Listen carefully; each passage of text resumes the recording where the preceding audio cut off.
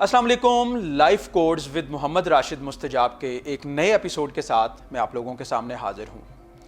हमारे जब भी पेरेंट्स हमारे पास आते हैं और अपने बच्चों से मुताल्लिक बात करते हैं, फिर हमें एग्जांपल्स देते हैं कि दुनिया में बहुत सारे लोग कामयाब हैं, कभी किसी पर्सन का नाम लेते हैं, कभी किसी पर्सन का नाम लेते हैं, और फिर उसके बाद कहते हैं कि हमारे बच्चे कामयाब क्यों नहीं हो पाते, उस तरह हमारे बच्चे उस तरह से क्यों नहीं बन पाते, हमारे यहाँ से उस तरह के बिजनेस स्टार्टअप्स, उस तरह के बिजनेस आइडियाज़ और इतने इतने बड़े बिजनेस टाइकन्स क्यों नहीं निकल रहे। जब ये सवाल हमसे करते हैं, हमसे उसकी वजूहात जानने की कोशिश करते हैं, तो हम खुद सोच में पड़ जाते हैं। और मैं आपको अपनी बात बताऊं तो जब मैं ऐसे कोई सवाल सुनता हूं तो उसके बाद मेरी कोशिश होती है कि मैं उन पर प्रॉपर रिसर्च करूं और रिसर्च करने के बाद कोई फाइंडिंग्स निकालूं कि ऐसा क्यों होता है। ये जो सवाल है कि हमारे बच्चे जो हैं वो तालीम हासिल करने के बाद, कोई डिग्री लेने के बाद कोई बहुत अच्छा स्टार्टअप क्यों नहीं सामने लेके आ पाते, कुछ बहुत अच्छा क्यों नहीं कर पाते। अगर मैं इस चीज़ को सोचूं और इस चीज़ का जब मैं जवाब तलाश करूं तो मुझे उसकी बहुत सारी वजूहात मिलती हैं, और उनमें से जो चंद वजूहात हैं वो आज मैं आप लोगों के साथ शेयर करने वाला हूं। बेसिकली होता क्या है कि हमारे जो बच्चे होते हैं, जब वो डिग्री लेते हैं, जब वो पढ़ लेते हैं, तो वो अपने आप को मिसकैलकुलेट कर लेते हैं समहाउ। मिसकैलकुलेट किस तरह से? उनकी जो एस्पिरेशंस होती हैं, जो उम्मीदें होती हैं, जो उनके ख्वाब होते हैं वो बहुत बड़े होते हैं, लेकिन जो बेस होती है, जिसकी बेस पे उन्होंने उन ख्वाबों को हासिल करना होता है, वो समहाउ उतनी स्ट्रांग नहीं होती। वो स्ट्रांग क्यों नहीं होती? क्योंकि उन्होंने उस जर्नी पे जाने के लिए तैयारी नहीं की होती।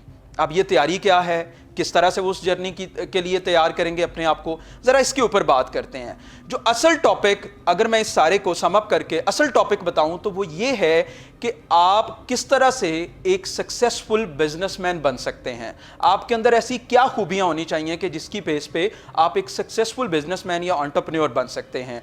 आप इसको नेट पे सर्च करेंगे तो आपको मिलेगा कि जी आपके पास अच्छा आइडिया हो, आपके पास अच्छी इन्वेस्टमेंट हो, आपकी सपोर्टिव टीम हो, आपको इस तरह की बड़ी सारी वजूहात मिलेंगी। लेकिन अगर मैं आपको अपनी रिसर्च बताऊं तो वो थोड़ी सी डिफरेंट है, और उसके अकॉर्डिंगली क्या है वो मैं आप लोगों के साथ शेयर करता हूं। आपको अगर एक अच्छा बिजनेसमैन बनना है, एक अच्छा एंटरप्रेन्योर बनना है, तो सबसे पहले जो खूबी आपके अंदर होनी चाहिए वो है कि आप डिसिप्लिन्ड हों। अब ये डिसिप्लिन से क्या मुराद है? डिसिप्लिन से मुराद ये कि आपकी लाइफ जो है वो प्रॉपर एक रूटीन के तहत चल रही हो। आपको पता हो कि क्या आपको करना है और क्या नहीं करना, किस टाइम पे करना है, यह भी आपको पता हो। अब मैं आपको एक रिसर्च भी बताता चलूं इस पे कि दुनिया के 200 स्टार्टअप्स के बारे में जब रिसर्च की गई कि जो सक्सेसफुल हुए हैं वो क्यों हुए हैं, तो यकीन करें कि ये जो बाकी सारी वजूहात हैं, फंडिंग, टीम, ये सारा कुछ ये नीचे थी, और टाइमिंग सबसे ज़्यादा इंपॉर्टेंट और सबसे ज़्यादा परसेंटेज उसकी थी।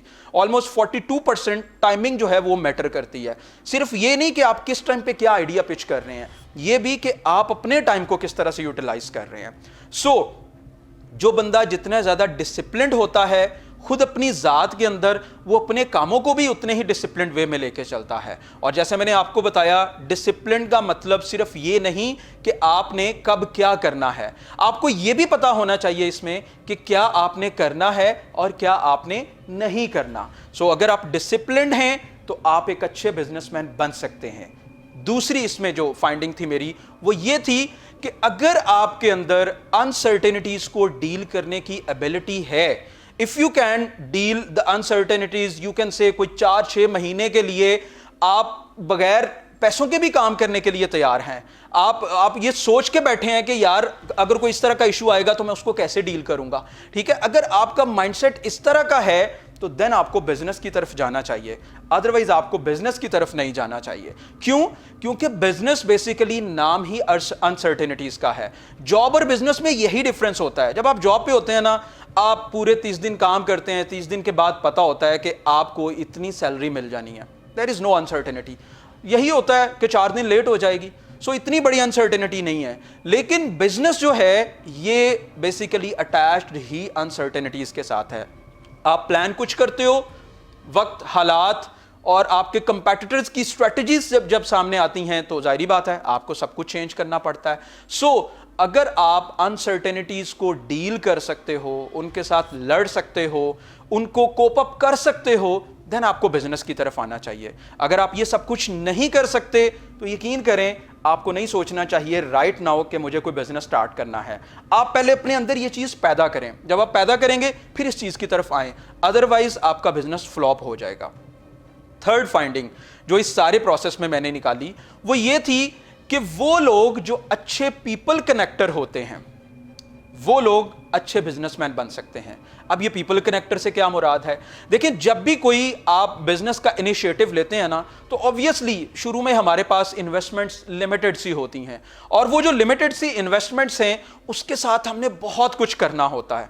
अब हम अपने बिजनेस में यूजुअली कोई भी बिजनेस स्टार्ट होता है ना, तो अगर आपके पास कोई बहुत बड़ी टीम नहीं है तो आप खुद ही बिजनेस के सीईओ भी हैं, आप खुद ही उसके मार्केटिंग हेड भी हैं, आप खुद ही उसके एचआर हेड भी हैं, आपको बहुत सारी रिस्पॉन्सिबिलिटीज खुद जो हैं वो सर अंजाम देनी पड़ती हैं। सो उसके लिए आपके अंदर ये एबिलिटी बहुत स्ट्रांग होनी चाहिए कि आप अच्छे पीपल कनेक्टर हैं। यहां पे मैं एक छोटी सी एग्जांपल देता हूं। आपने इंडिया का एक स्टार्टअप एमबीए चाय वाला, उसका नाम सुना होगा।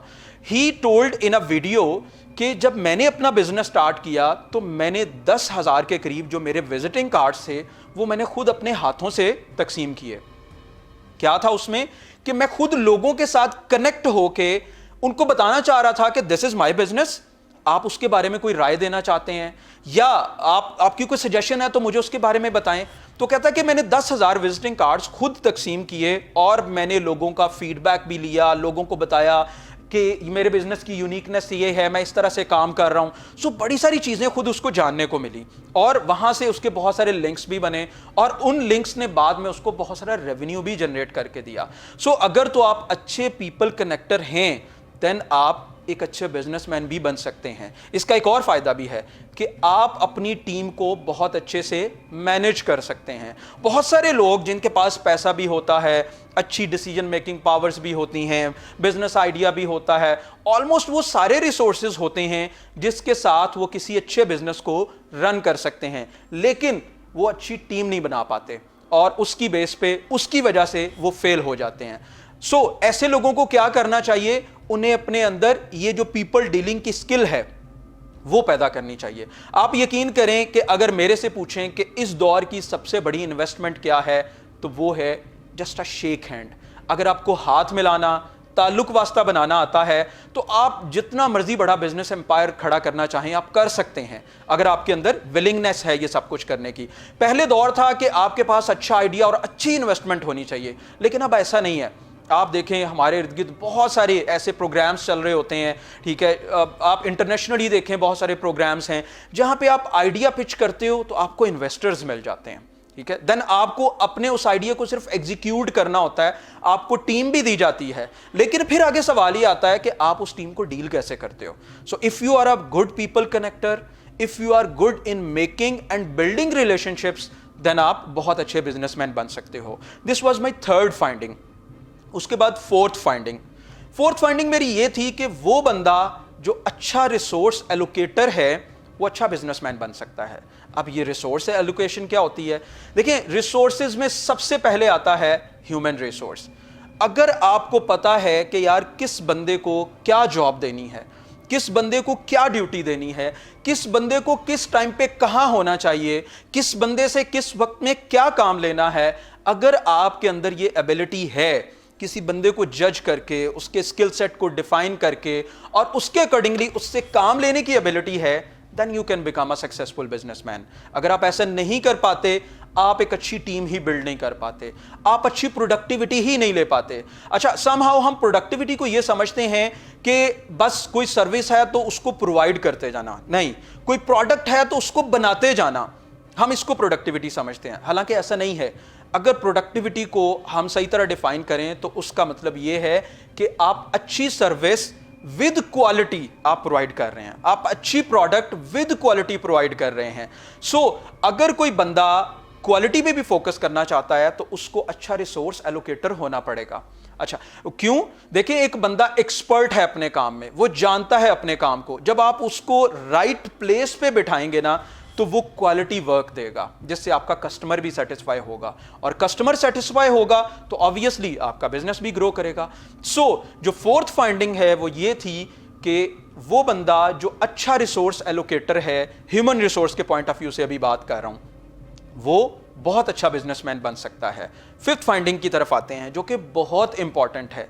मेरी सारी रिसर्च में फिफ्थ फाइंडिंग ये थी कि वो बंदा जो अच्छा डिसीजन मेकर है, जो टाइमली डिसीजन लेता है, जो अपने डिसीजन को स्मार्टली लेके चलता है, वो एक अच्छा बिजनेसमैन बन सकता है। आपने दुनिया में बहुत सारे बिजनेसेस को फ्लॉप होते हुए देखा होगा और उसमें से एक बहुत बड़ा बिजनेस जो नेम है वो था नोकिया। आपने उसकी स्टोरी भी सुनी होगी, केस स्टडी भी सुनी होगी कि जब एंड्रॉयड मार्केट में आया तो नोकिया ने सोचा कि खैर है, इट्स अ न्यू टेक्नोलॉजी, बस चल रही है, इसको चलने दो। उन्होंने अपने आप को टाइमली मॉडिफाई नहीं किया, उन्होंने अपने आप को टाइमली उस नई टेक्नोलॉजी की तरफ वो नहीं लेके गए। सो उसका नतीजा क्या निकला? कुछ भी नहीं बुरा किया था नोकिया ने, एवरीथिंग वाज फाइन। आपने उसके सीईओ की वीडियो भी देखी होगी कि हमने कुछ भी ऐसा गलत नहीं किया, लेकिन समहाउ हमने टाइम पे डिसीजन नहीं लिया। सो उसका नतीजा क्या निकला? आपने देखा कि नोकिया टोटली मार्केट से वाइप आउट हो गया, बिल्कुल खत्म हो गया। सो ऐसा ही हमारे साथ होता है, जब हम कोई बिजनेस स्टार्ट कर रहे होते हैं तो वक्त के ऊपर डिसीजन लेना, टाइमली डिसीजन लेना, ये बहुत ज्यादा इंपॉर्टेंट होता है। फॉर एग्जांपल देखें, हम एक छोटे से क्लोथिंग बिजनेस की मिसाल लें। सर्दियां आई हैं, सर्दियों के आने से पहले स्टॉक्स को कंप्लीट करना, उनको मार्केट तक पहुंचाना, सारी जो भी इन्वेंट्री है उसको मैनेज करना, this is too much important. अच्छा, अगर तो आप सर्दियों के आने का इंतजार कर रहे हैं, सर्दियां शुरू हो गई हैं, फिर आप ये सारा प्रोसेस शुरू कर रहे हैं, तो ऑब्वियसली आप एक अच्छे गुड डिसीजन मेकर नहीं हैं। सो उसका नतीजा क्या निकलेगा कि आप अच्छा कमा भी नहीं सकेंगे। लेकिन अगर आपने टाइमली डिसीजन लिया है, सारे अपने रिसोर्सेज जो हैं वो मैनेज किए हैं, सब कुछ मैनेज किया है, तो फिर टाइम पे आपकी प्रोडक्ट मार्केट में होगी और ऑब्वियसली आप उससे अच्छा रेवेन्यू भी जनरेट कर सकेंगे। So this was the fifth point कि जो भी पर्सन जो अच्छा बिजनेसमैन बनना चाह रहा है उसको एक अच्छा डिसीजन मेकर भी होना चाहिए। इसके अलावा भी इसके बहुत सारे फ़ायदे हैं, इसकी बहुत सारी डायमेंशंस हैं। मैं इंशाल्लाह अपनी नेक्स्ट वीडियोस में भी इसी से रिलेटेड आपके साथ शेयर करता रहूँगा। I hope you like this video और अपना जो फीडबैक है वो लाजमी दीजिएगा कमेंट्स में। इंशाल्लाह नई वीडियो के साथ जल्द हाजिर होऊंगा। Thank you.